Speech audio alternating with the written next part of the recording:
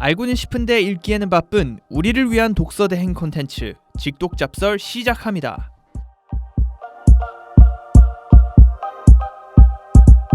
네, 직독잡설 2부를 시작하겠습니다. 여전히 남궁민 기자, 백희영 기자와 함께 하고 있는데 저희가 1부에서는 대충 이 홀로선 자본주의 책의 저자와 그 다음에 이 저자 브랑코 밀랑코비치 교수가 설명한 성과적 자본주의에 대해서 잠시 이야기를 나누고 있었습니다.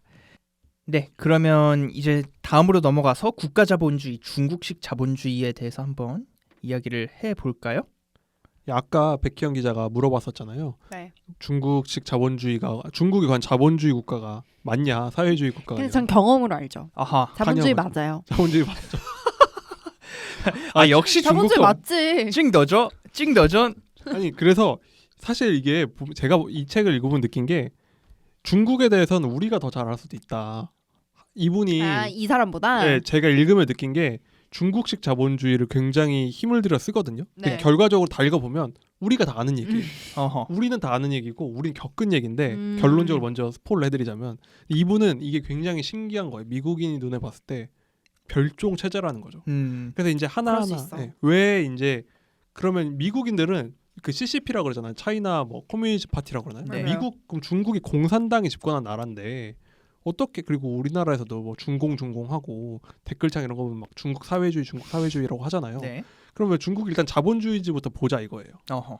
그러면 보면은 이분이 명쾌하게 하고 들어가는 게 네. 자본주의의 정의가 뭐냐 하면 이제 생산물을 민간이 주도해서 만들면 이제 그게 이제 자본주의라는 거죠. 민간이 주도적으로 생산을 주도하면은 민간에서 자본이 배분되고 네. 그게 정의라는 건데 그럼 중국의 통계를 한번 보면 중국의 국영기업이 나라에서 운영하는 이제 국가라고 볼 수 있죠. 국영기업이 1970년대에는 총 고용의 80%를 차지했어요. 네. 이 정도면 공산주의 사회주의가 맞죠. 그렇죠. 근데 지금 이게 10%대밖에 안 돼요. 어허. 이게 여기는 국영기업이라서 공무원이 포함되는지 공무원은 포함이 안 될 건데 한국은 공공부문 일자리가 지금 전체 일자리에서 9.7% 정도 되거든요. 한국이 매우 낮은 편이에요. OECD 평균이 20%예요. 아 그래요? 네. 한국이 그래서 매우 낮아서 공공부문 일자리 늘린다 이런 얘기가 나왔던 건데 물론 그 10%대의 통계는 국영 기업이기 때문에 공무원을 포함되면 어떻게 되는지는 좀 달라지겠지만 확실한 거는 중국의 그런 국영 기업 고용 비율이 굉장히 낮아졌다는 것. 그리고 생산량에서 차지하는 비율도 20%밖에 안 돼요. 대부분 민간에서 창출이 된다는 거죠. 그러면 자본주의 체제가 맞다. 일단 작가는 이렇게 정의하고 들어가는 겁니다. 근데 백희영 기자, 그 중국 기업들은 보통 제가 그러니까 자세히는 알지 못하는데 제가 듣기로는 뭐 화웨이나 뭐 중국 그런 대표적인 기업들의 그 당 간부가 한 명씩 파견을 가는 걸로 알고 있는데 아닌가요? 그쵸. 어. 근데 그게 파견을 가는 것도 그렇고 네. 어떻게 보면은 그런 거예요. 사회주의적 자본주의라고 여기서 부른다고요? 삼인주의. 국가주의적 자본주의. 네. 중국은 약간 사회주의적 자본주의라고 저는 생각을 하는 게 네. 당에 잘 보여야 사업이 성공을 해요. 그렇지 않으면은 사업이 성공을 할 수가 없고 그러니까 결국 그런 사람들을 한 명씩은 꽂아놔야 일단 반체제가 안 되는 걸 감시하고 일단 그리고 그 사람들한테 잘해주는 걸 통해서 이제 관시라고 하잖아요. 아, 그렇죠. 그런 연줄이 굉장히 중요한 사회니까 중국은 네. 그런 정치 당원들하고 친해져야만 제재를 안 받는 거죠. 안 친하면은 제재를 받아요. 친하면 안 받고. 그렇죠. 그러니까 우리가 전통적으로 생각하는 그런 자본주의는 아니더라도 그렇죠. 그러니까 연줄과 연줄과. 뭔가 정치와 굉장히 맞아요. 밀접한 연관이 있는 자본주의인 거죠. 제가 봤을 때는 결국 뭐 자본주의적 사회주의나 국가주의적 자본주의나 네. 그 회색지대에 있는 거를 결국은 어디로 보냐인 건데 일단은 이 부분은 자본주의인데 그 앞에 이제 수식어를 국가주의로 붙인 건데 네.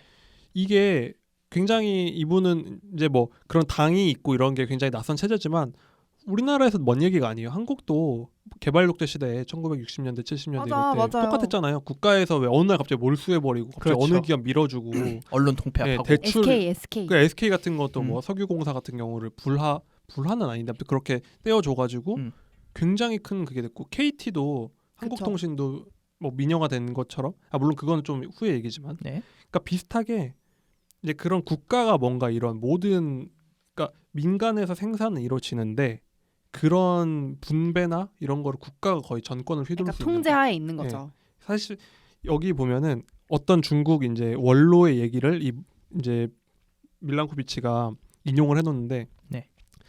새장과 같다. 경제를 운영하는 건 새장과 같은데 새장이 너무 작으면 새가 질식해 죽고 네.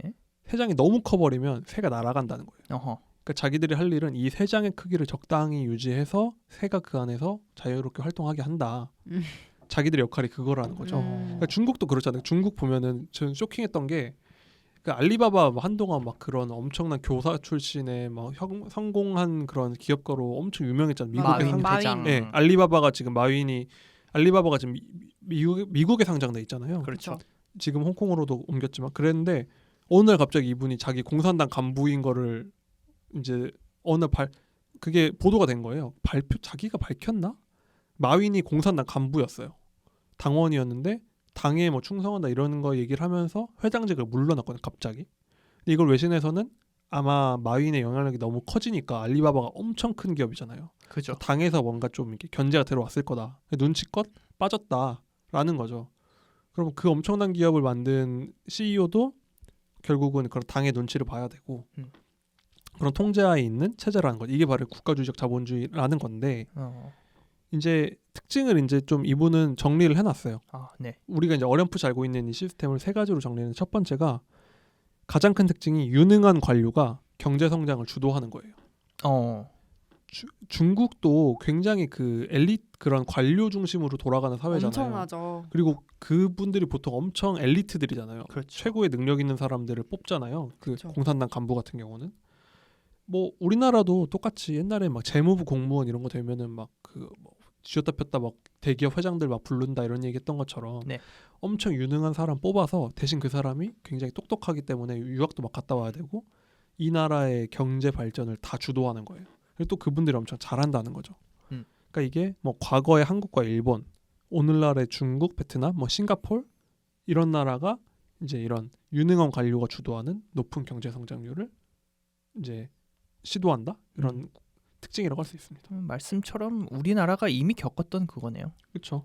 그래서 저 옛날에 테드에서 봤던 것 같은데 중국 공산당이 망하지 않는 이유가 있어요. 그러니까 중국이 왜 경제 성장을 계속하는가. 네. 그러면서 그 사람은 약간 새로운 시각에서 공산당 체제를 긍정적으로 풀어낸 거죠. 근데 그때 엘리트주의가 나와요. 그러니까 공산당이 되게 시진핑이라는 사람 한 명을 중심으로 엄청난 엘리트들이 관료들이 그 밑에 쫙 포진해 있잖아요. 네. 그래서 그 사람들이 일을 처리하는데 국가가 돌아가는데 전혀 영향이 없다는 거죠. 물론 그 과정에서 뭐 인권은 좀 인권과 부패와 그렇죠. 인권과 부패와 뭐 그런 것들이 많은 문제는 있겠지만 결과적으로 큰 나라를 운영하기에 그게 나쁜 체제만은 아니다라고 그때 제가 얘기를 들어서 되게 인상에 남았었거든요. 비슷한 같은 걸 봤는지 모르겠는데 저도 어디서 본 게 그 요즘에 그런 서구 대기업들 컨설팅 할 때 공산당을 엄청 많이 연구한대요. 중국 공산당의 맞아요. 내부 비슷한 것 경쟁 같아요. 시스템. 그러니까 거기 공산당은 1억 명이잖아요. 중국 공산당이. 그렇죠. 표본이 1억 명이잖아요. 거기서 이제 제일 일단 거기서 1억 명이면 중국 사회에서 좀 유능한 사람들을 모아놓은 건데 거기서도 올라가려면 1억 명 경쟁을 해야 되는 체제인데 그러니까 중국 공산당도 자기들이 굉장히 불안한 체제라는 걸 알아서 그 경쟁 시스템을 굉장히 효율적으로 만들어놨다는 거죠. 맞아요. 그 얘기를 하더라고요. 그리고 근데 이게 가장 큰 특징이에요. 근데 제 생각엔 이게 동아시아 개발 국가들의 특징? 원래 동아시아가 좀 관료주의, 과거 이런 역사와 전통이 있잖아요. 그렇죠. 그게 이제 아마 내려와서 중국도 그랬고 과거에 한국, 일본도 이랬던 것 같고 두 번째 특징이 뭐냐면 이 관료주의, 유능한 관료랑 제 생각에는 동전의 양면 같은 건데 네. 법치주의가 부재하다는 거예요. 법치주의가 부재하다. 법치주의? 중국 다 법이 있는데. 그쵸. 중국은 뭐 사형당하고 네, 엄청 센데. 칼 같잖아요. 근데 법은 물론 있는데 그게 자의적으로 운영된다는 거예요. 그러니까 그냥 자기들 하고 싶은 대로 이 당의 마음대로 어느 날 갑자기 사라지고 이런 것처럼 저 사람이 어제도 오늘부터 부패한 게 아닌데 갑자기 사라지잖아요. 맞아요.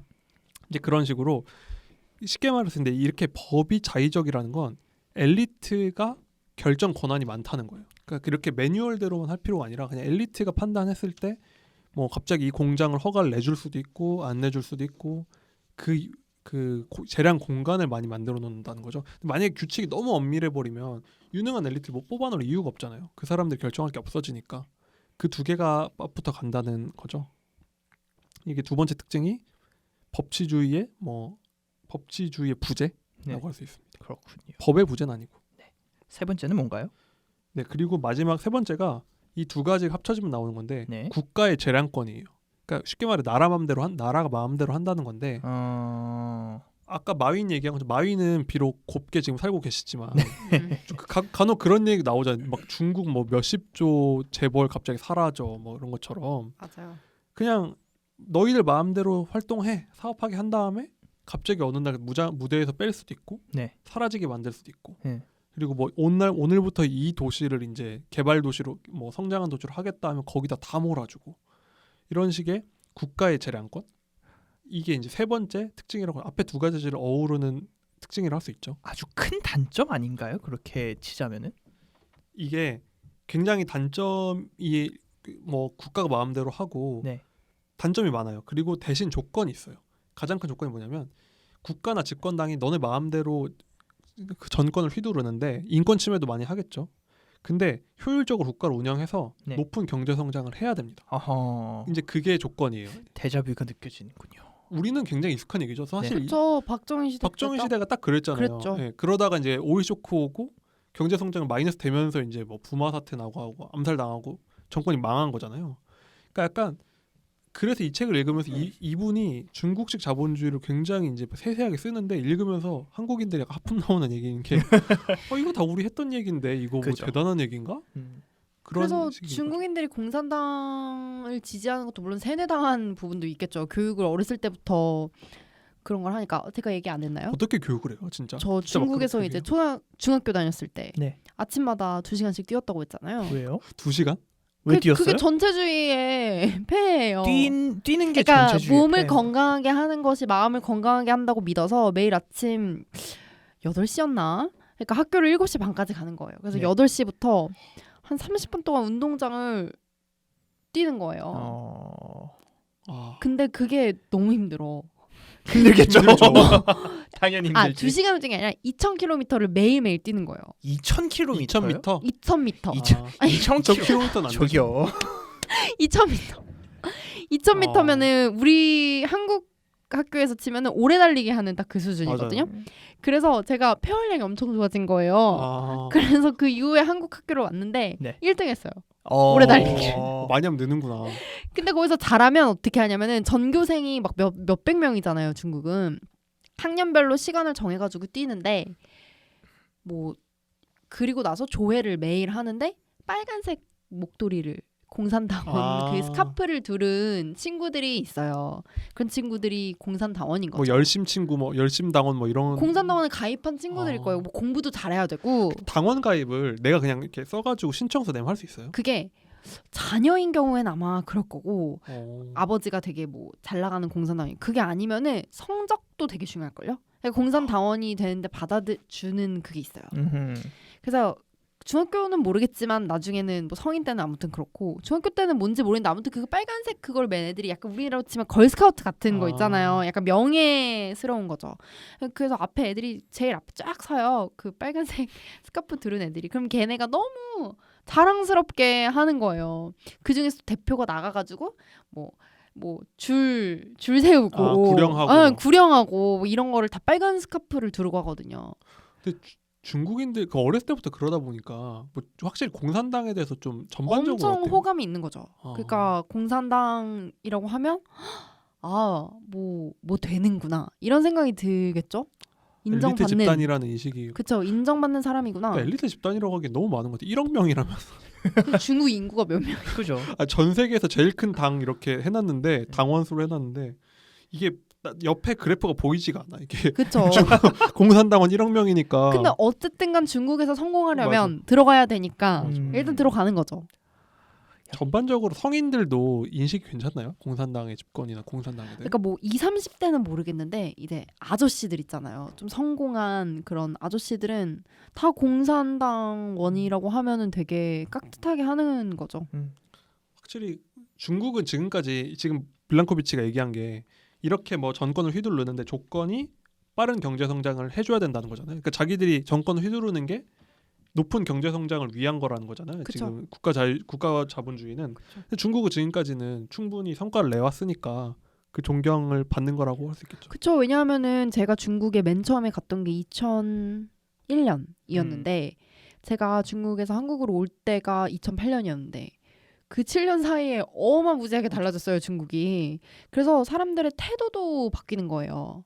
그 전에는 조금 와, 한국인이다. 약간 이런 반응이었어요. 한국인이라고 하면. 근데 나중에는 한국인 어쩌라고 약간 이런 느낌인 거예요. 사실 근데 물론 그 해안 지역은 우리랑 소득이 비슷해졌지만 아직은 국가 1인당 소득이 그렇게 비빌 정도는 아닌데. 근데 전반적으로 그냥 국가 정책 자신감. 자신감이 막 넘쳐나는 거예요, 사람들이. 요즘에 코로나 때문에 그 공산당 그 젊은 사람들의 공산당 지지가 엄청 높아졌다고 뭐 그쵸. 기사가 왜냐면 나오더라고요. 이게 약간 우리나라 말고 약간 전체주의적으로 그거를 이렇게 관리를 하니까 어쨌든 맞아. 공산당식으로 하니까 그봐 성공했잖아. 성공했잖아요, 우한. 그러니까 여기는 국가가 성과를 내는. 그쵸. 그러니까 국가주의적이란 말이 딱 맞는 것 같네요. 우리는 제가. 시민들이 열심히 하잖아요. 그러니까 이제 여기가 또 그러니까 성과 얘기를 했는데 국가주의적 자본주의가 또 성과를 낸 것도 분명 있어요. 여기 보면 작가는 국가 자본주의를 하는 국가를 11개를 꼽거든요. 네. 뭐 이제 중국, 베트남, 말레이, 라오스, 싱가포르, 알제리, 탄자니아, 앙골라, 보츠와나, 에티오피아, 르완다. 주로 뭐 아시아나 이제 아프리카 국가들인데 네. 이 중 두 나라를 빼고는 1990년대 이래로 GDP 성장률이 세계 평균인 2%를 넘었어요. 어허. 그러니까 이 11개 국가 중에 9개 나라가 세계 평균, 그러니까 이 반평균이라면 거기를 넘어선 거죠. 그러다 보니 물론 중국이 엄청나게 압도적이긴 한데 다른 나라들도 꽤 괜찮은 성과를 보였고 한국도 뭐 일본이랑 한국도 국가주의적 자본주의를 했었잖아요.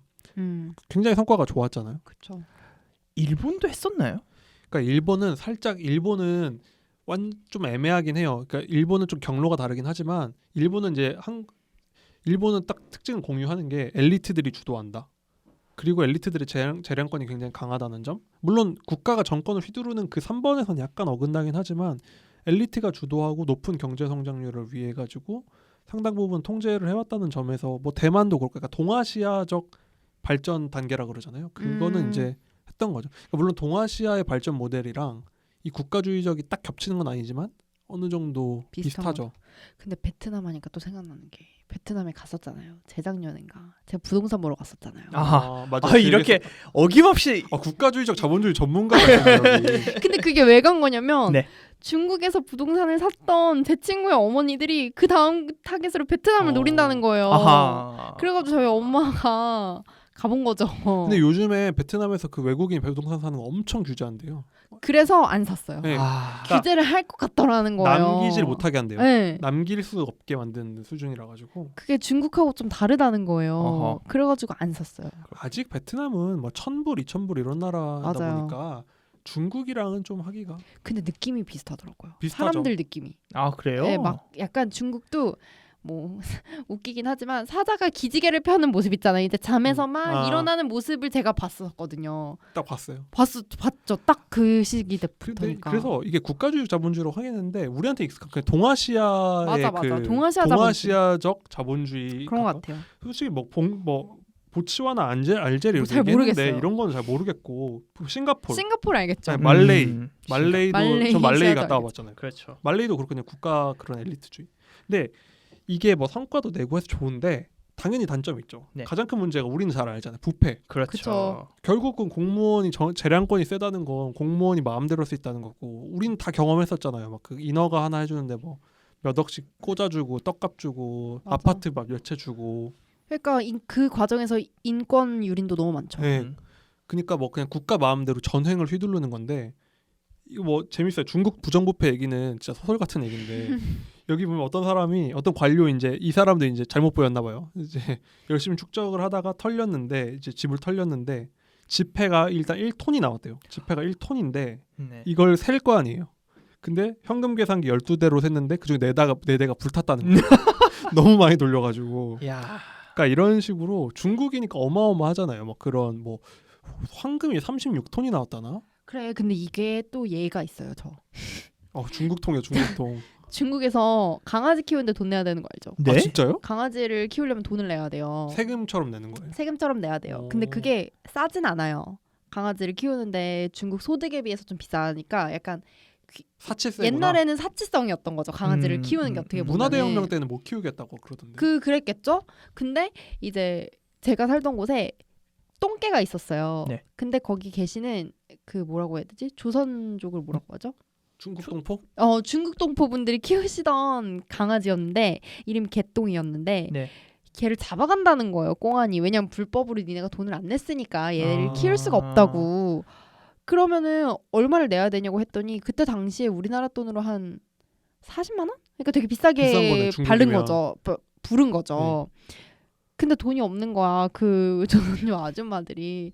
그래서 그냥 조금 찔러준 거예요. 그 반. 20만 원. 우리 둘끼리. 그쵸. 맞아. 이걸 안 하고 네. 사인을 안 하고 그냥 반만 찔러준 거죠. 네. 그래가지고 살렸는데 네. 그 다음에 다른 공안이 오더니 잡아갔어요. 아. 근데 먹었어요.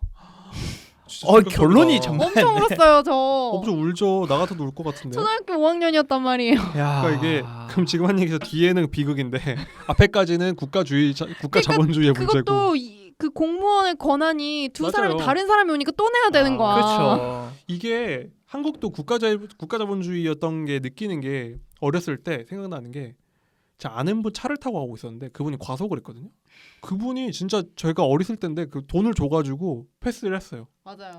근데 지금은 그런 거 얄짤없죠. 그랬다 난리 나잖아요. 근데 근데 이건 작은 사례고 막 몇 조 원짜리 이런 사업 하는 그러니까 이제 지폐가 1톤이 나오겠죠. 그런 거를 하니까 좋겠다. 중국 가가지고 사업하려면 그런 건 기본이라고 하잖아요. 아직도. 술 잘 마셔야죠. 네, 막 술 같은 거 막 그 마오타이주 한 병에 막 몇백만 원 하는 거 그게 막 불티나게 없어서 못 사는 게 다 그런 거 하려는 거잖아요. 맞아요. 그러니까 국가자본주의 이 사람을 이렇게 말해요. 국가자본주의는 그러니까 호랑이 등에 올라탄 거예요.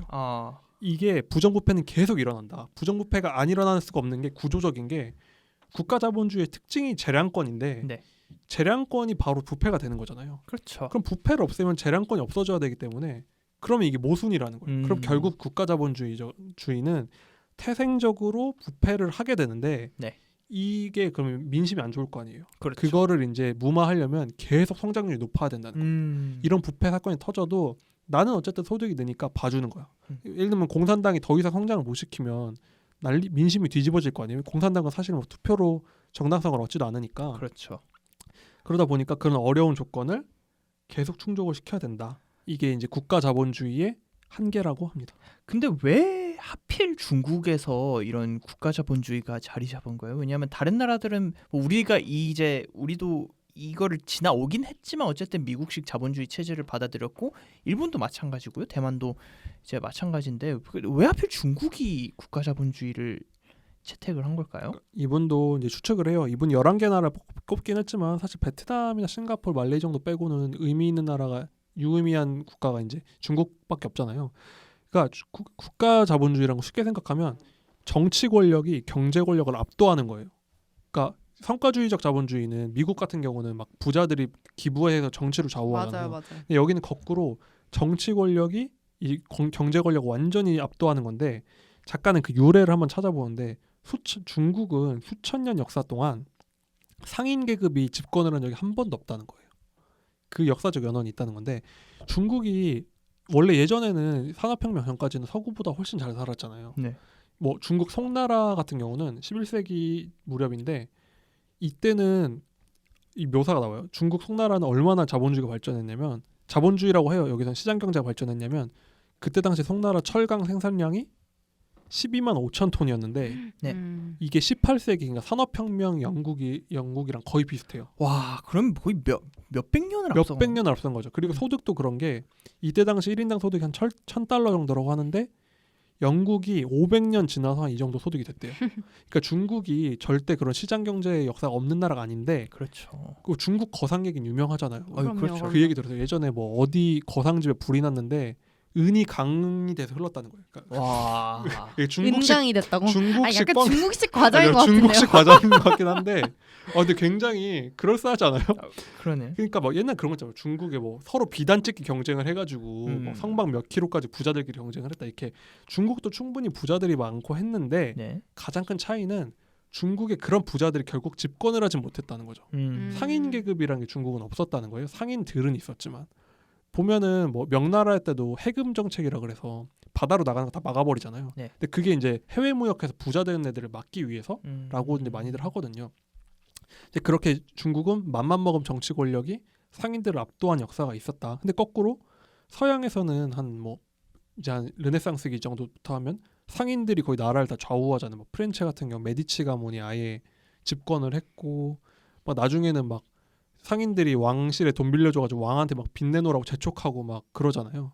그러니까 서양은 이런 경제 권력이 정치 권력을 압도한 역사가 있는데 중국은 내내 정치 권력이 항상 상인들을 압도했고 그 역사가 지금도 이어져서 국가 자본주의로 이어지고 있다는 것 같습니다. 알겠습니다. 이제 두 체제의 차이를 알아봤는데 확실히 다른 체제고, 근데 이제 요즘은 미중 패권 경쟁이 요즘도 치열하니까 요즘 그리고 미래는 어떻게 보나요? 저도 책을 읽기 시작할 때 여기 이제 미국식 자본주의 대 중국식 자본주의라 써 있어가지고 백희영 기자가 추천해줬거든요. 미국과 중국의 미래에 대해서 한번 알아보자고. 아 근데 결론이 안 나와요? 그래서 우리도 궁금한 게 그거잖아요. 네. 근데 결론이 간접적으로 나오는데 네. 속 시원하게 그렇게 안 돼. 이분이 학자다 보니까 이게 보통 뭐 그냥 이런 작가 이런 분들이면 막 속 시원하게 누가 이렇게 해줄 이긴다. 텐데 그게 안 나오고 네. 좀 약간 띵한 결론이 나와요. 뭐냐면 성과주의적 자본주의, 그러니까 미국식 자본주의가 앞으로 국가주의적 자본주의처럼 될 수 있다는 거예요. 아, 그러니까 미국이 중국처럼 될 수 있다 네, 이거예요? 미국이 거꾸로. 전 이거 읽으면서 트럼프가 계속 생각나는 그러니까요. 거예요. 그러니까 완전 의아한, 그러니까 결론이 누가 이긴다면 황당하잖아요. 그러니까 이분이 이 책을 쓴 이유는 지금 이 성과주의 미국식 자본주의 큰일 났다. 경쟁을 하는데 우리 이러다가 이기는 게 아니라 흡수라고 해야 되나? 변질이 될 수 있다. 그래 이분은 성과주의적 자본주의가 더 좋은가 보다. 그런 것 같아요. 제가 봤을 때는 일단은 뭐 여러 묘사가 나오는데 성과주의적 자본주의는 태생적인 정당성이 있다는 거예요. 왜냐하면 민주주의 선거를 한다. 우리 이거 서구의 시각이죠. 네. 그렇죠. 근데 국가주의적 자본주의는 그런 성과를 내야지만 정당성을 얻을 수 있는, 그리고 부패가 만연한, 좋게 안 봐요. 이분은 제가 봤을 때는 그냥 경제 성장이 좋으니까 저렇게 지금 되고 있는 거다. 그럼 우린 정신 똑바로 차려야 된다라고 하는 거예요. 이분의 취지는. 네.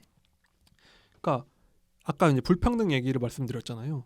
이분은 이제 이 불평등 문제가 심각하다. 근데 그 불평등의 수준이 옛날에 이제 귀족 시대랑 거의 비슷한 수준이라고 해요. 수치적으로 이분은 이제 계속 뭐 수치도 얘기하고 그런 뭐 구조적인 것도 있잖아요. 뭐 계속 대물림되고 이런 얘기도 하는데, 그러다 보니까 지금 문제가 선진국에서 지금까지 이런 성과주의적 자본주의의 번영을 불렀던 세계화를 반대하는 목소리가 점점 커지고 있다는 거예요. 저는 좀 이거 읽으면서 놀라웠던 건데, 설문조사를 했는데 베트남 사람들의 91%가 세계화를 찬성했대요. 어허. 근데 프랑스인 중에 37%만 찬성했다는 거예요. 사실 우리 인생이 거꾸로인 게, 한국에서도 막 FTA 반대 이런 거 많이 할 때 네. 맨날 했던 얘기 막 잘 사는 선진국이 막 들어와서 다 이런 걸 침해한다 이러고 생각했었잖아요. 근데 네. 거꾸로 까보니까 거꾸로인 거죠. 선진국이 엄청 손해를 본다는 게 되는 건데, 지금 이렇게 되다 보면은 안에서든 불평등이 심해지죠. 그리고 소득이 자꾸 낮아지고 불만이 커지다 보면 차라리 야, 경제 성장률이라도 높지, 중국 봐라 뭐 쟤네들처럼 하면 경제 성장률이라도 높지. 요즘 이런 분이 계시잖아요. 지금 다른 이런 미국식 이런 가치관에 대해서 별로 그거 하면서도 트럼프도 그거잖아요. 경제 그쵸. 내가 경제 해냈다. 맞아. 저 민주당 쟤네들은 뭐 인권이니 뭐쩌니 뭐 그런 샌님 같은 소리나 하면서 맞아요. 그 얘기잖아요. 오늘도 네. 그 얘기했잖아요. 코로나 때문에 민주당이 되면은 다 셧다운하니까 니네 아. 결혼식도 못 한다. 맞아. 뭐 영화관도 못 간다. 딱 그 얘기를 지금 딱 트럼프스러운 얘기네. 이제 네. 이분이 그러니까 엄청 걱정을 하는, 말은 안 해도 그런 걱정을 하고 계신 분 같은데, 네. 이 불평등 해결 못하면 큰일 난다. 그러다 보면 차라리 그냥 트럼프에 됐다가 더 국가의 힘이 강해져서 국가가 다 주도하는 체제로 가자고 하지 않을 게 뭐가 있냐, 이런 말인 거죠. 그리고 또 하나 또 신호가, 이제 유럽도 그렇고 미국도 그렇고 요즘 코로나 터지면서 엄청 정부 지출을 늘렸잖아요. 그렇죠. 이제 그 미국이 이번에 부양책 논의되고 있는 게 민주당 안 같은 경우가 2,000조 달러가 2조 달러 한국 돈으로 지금 한 2,400조 원 정도 되겠네요. 어마어마한 예산안이 아니에요. 부양책이에요. 부양책. 부양책이. 우리나라 추가 경정 예산안 예. 추경 한 번 하는데 우리나라 추경 한 50조 하면 엄청 크게 한다고 하고 슈퍼 추경이라고 하거든요. 근데 미국이 물론 규모가 큰 나라지만 그런 식으로 하다 보면 결국은 국가가 그 경제를 주도하는 시스템을 가자고 할 수도 있다. 뭐 지금 중산층들 입장에서 어차피 뭐 실리콘밸리 잘 나간 놈들만 잘 사느니 그렇게라도 하자. 그쵸. 실제로 돈을 번 기업은 실리콘밸리밖에 없다면서요. 그렇죠. 그 2,000조 다 어디서 왔겠어? 물론 그 페드에서 찍어내는 거지만 네. 그 결국 세금은 대부분의 소득은 다 애플 이런 데 걷어가잖아요. 우리 저번에 방송했던 것처럼. 그렇죠. 그러다 보면 그래 국가가 그러면 다 통제하는 국가자본주의로 가자 할 수 있다는 거죠. 그렇군요. 그러니까 요약을 하자면 지금 그 중국이라는 국가 자본주의를 경쟁에서 이기는 게 문제가 아니라 오히려 자기들이 국가 자본주의가 될 수 있다는 우려인 거네요. 네, 맞아요. 그리고 유럽 얘기도 또 하는데 네. 유럽 아까 백현 기자랑 얘기했던 것처럼 유럽 복지국가 아직도 저희한테 굉장히 이상향이잖아요. 우리가 추구해야 될 모델인데 여기도 엄청 딜레마가 있어요. 뭐냐면 세계화의 핵심은 이민을 이렇게 잘 주고받는 거죠. 그러니까 자본이 이동하는 만큼 사람도 잘 이동하는 건데 네.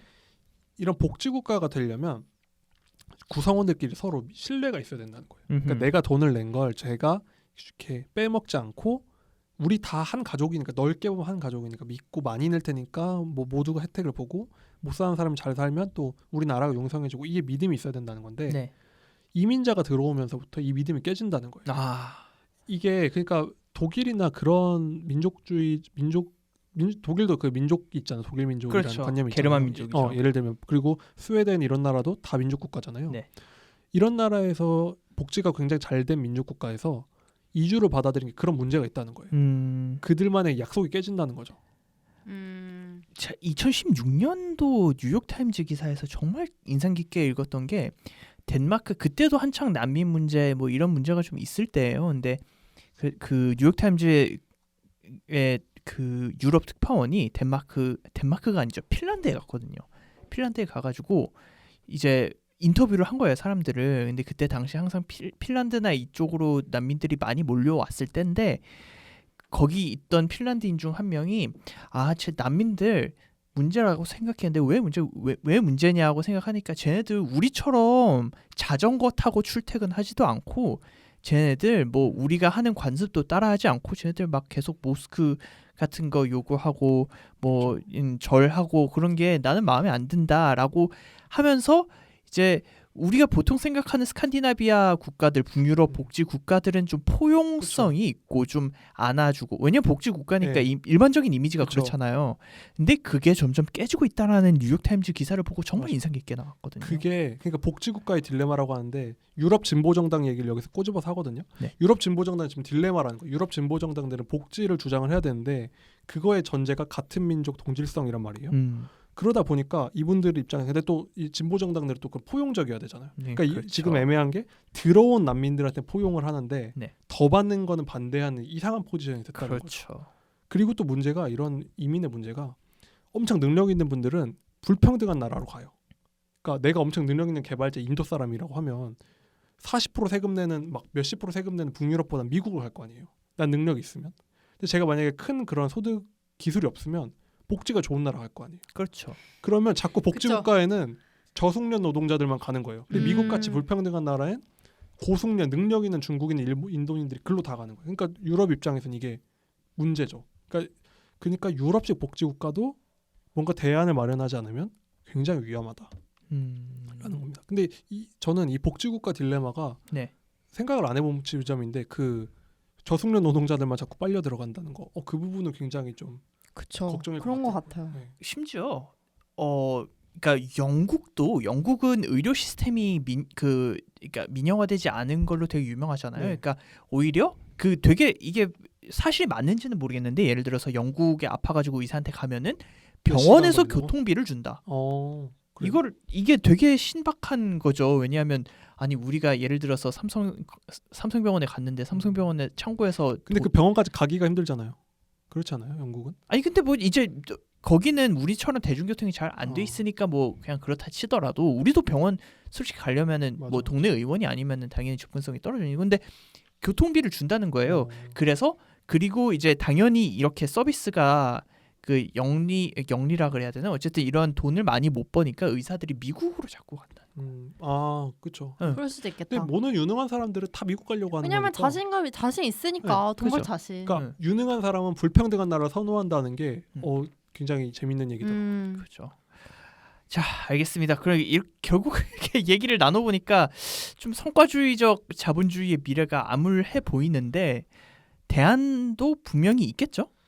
예, 일단 대안을 제시는 해요. 네. 그래야지 이제 이분이 학자니까.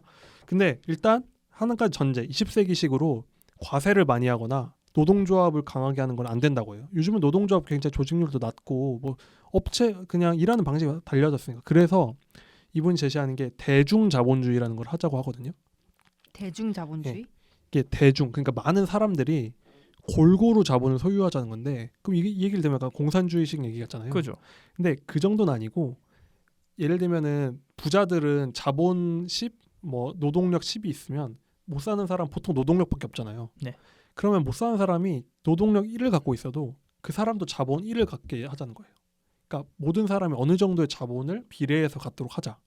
그럼 그렇게 되면 장점이 뭐냐면 요즘에는 그 토마스 피케티라는 사람이 토마스 피케티. 네. 노동의 소득은 점점 안 늘어나고 자본 소득이 너무 빨리 늘어나서 자본이 많은 부자들만 더 잘 살게 된다고 했었잖아요. 네.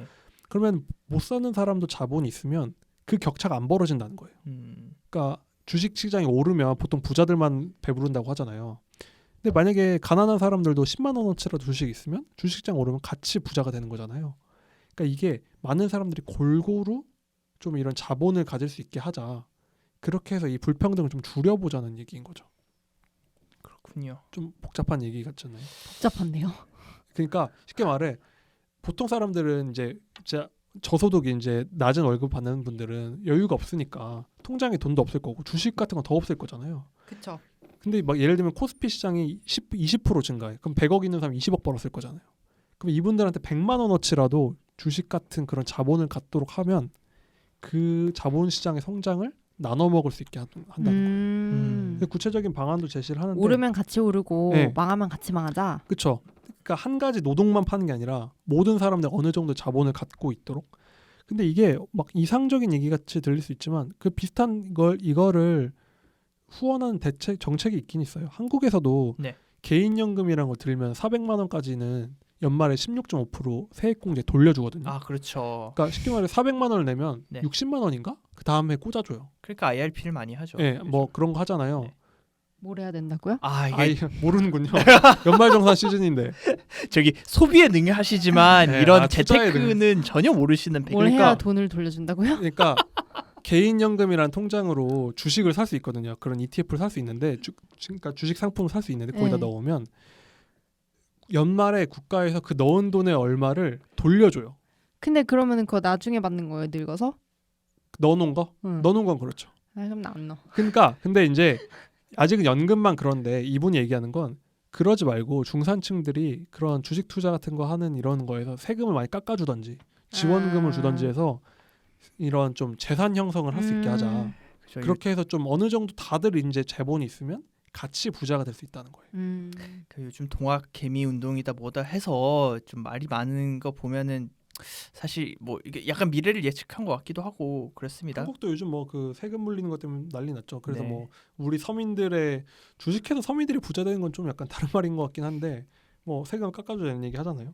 그리고 또 뭐 이것만 얘기하면 너무 부족하니까 또 교육도 강조해요. 아, 이건 제 생각 미국을 얘기한 것 교육. 같아요. 뭐 다른 나라가 모든 아니라 나라. 미국인데. 네, 모든 나라 그거 하는데 미국이 공립 교육 시스템이 엉망이잖아요. 그렇죠. 그쵸. 그리고 이분이 얘기하는 게 요즘은 아예 그 시스템 트랙이 달라져가지고 부자들은 다 살인만 가니까 아무도 공립에 돈을 안 내려고 하니까 더 공립이 엉망이라는 거예요. 그래서 이런 공립 시스템을 부활시키고 약간 이거는 뭐 이건 제가 몇 주 전에 또 인터뷰한 그 기사와 연관이 좀 되어 있는 거죠. 누구를 인터뷰하셨죠? 누구 하셨죠? 제이슨 쉔커라고 미래학자 인터뷰를 했었는데 네. 그분이 그렇게 예측을 했죠. 코로나19로 인해서 미국에서 네. 온라인 교육이 엄청 강화되면서 불평등이 줄어든다는 거예요. 아하. 다 좋은 교육을 받을 수 있어서. 네. 오히려 오프라인 교육 받는 게 귀족들만 받지 않나요? 그래서 제가 그렇게 얘기했거든요. 그 부분이 저도 딱 궁금했던 지점이었어요. 그렇게 치면은 더 돈 많은 애들은 오프라인에서 그러니까 교육을 받으면 그게 오히려 불평등을 심화시키지 않겠느냐라고 하니까 그분이 지금 불평등은 이코노미석을 타느냐 비즈니스석을 타느냐의 문제래요. 근데 그쯤 되면은 이제 오프라인 교육을 받는 사람들과 온라인 교육을 받는 사람들은 자기 전세기를 가진 사람들과 그리고 그냥 비행기를 타는 사람들의 차이가 될 거라는 거죠. 어지간한 부자들만 오프라인의 교육을 받을 거다. 엄청난 부자들만 오프라인 교육을 받을 거고 그들은 어차피 그 사sen이 나머지 98%는 그냥 똑같은 수준의 교육을 받고 그러면 전반적으로 같이 성장을 한다는 거죠.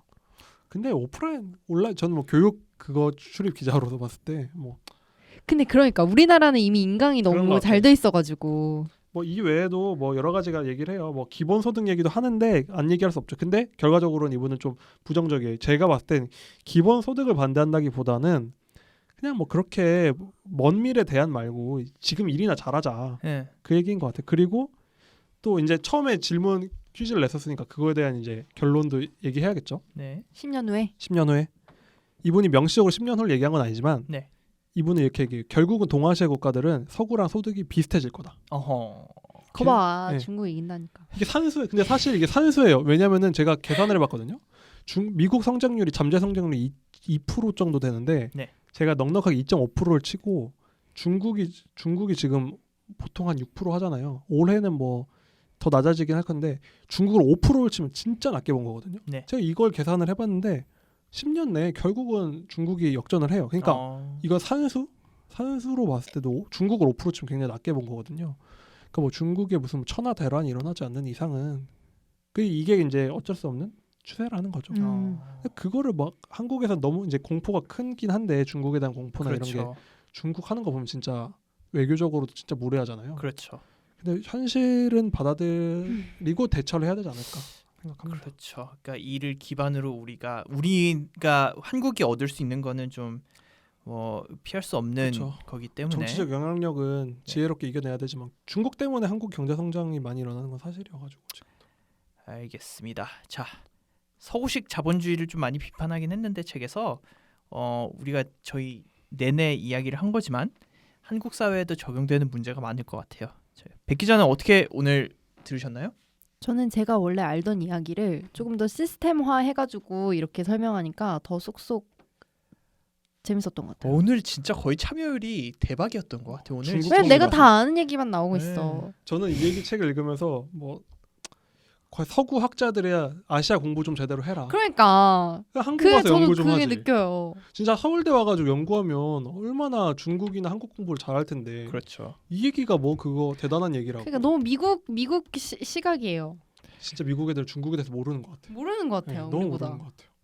네, 알겠습니다. 자, 세계를 양분할 미국식 자본주의와 중국식 자본주의에 대한 얘기를 들어봤는데 아무런 전망이 좀 많다 보니까 아무래도 마음도 무겁고 대안을 찾아봐야겠다는 생각이 좀 들었습니다.